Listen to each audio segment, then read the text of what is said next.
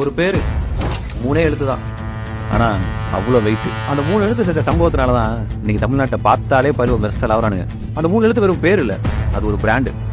அண்ணா அப்படின்ற பிராண்டு.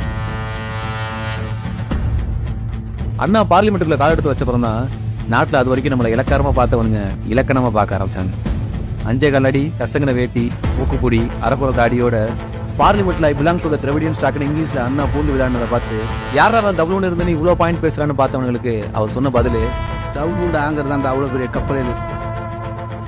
ஹிந்தி படிச்சா என்ன, எல்லா ஸ்டேட்டையும் இணைக்கலான்னு இன்னைக்கு கேட்கறாங்க. இந்தியாவில் கிட்டத்தட்ட எல்லா மாநிலத்திலையும் இந்திய வாண்டடா திணிச்சானுங்க. ஆனா தமிழ்நாட்டுல தமிழ் அசைக்க முடியாத ஆழமரமா வளர்ந்து நிக்குதுன்னா அந்த விதை அண்ணா போட்டது. பெரிய பூனைக்கு பெரிய வாசல், சின்ன பூனைக்கு சின்ன வாசல்.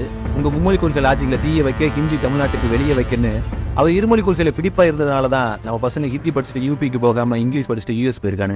ஒரு பேரு 3 எழுத்து.